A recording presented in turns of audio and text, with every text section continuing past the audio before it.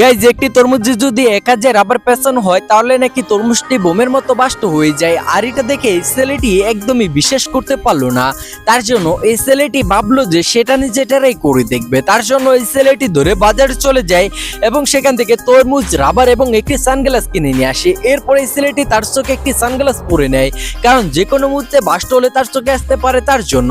এরপর এই ছেলেটি তরমুজটিতে একটি একটি করে রাবার পেঁচাতে থাকে। এরপর এই ছেলেটি অনেকগুলো রাবার পেঁচিয়ে পেল, তারপরও তরমুজটি আর বোমের মতো বাস্ট হয়নি। আর এটা দেখে এই ছেলেটি খুবই কষ্ট পায়। এরপর এই ছেলেটি আরো রাবার পেঁচালো, তাও দেখতে পারলো যে তরমুজটি আর বাস্ট হয় না। এরপর এই ছেলেটি ভাবলো যে আরো 500 রাবার পেঁচিয়ে দেবে।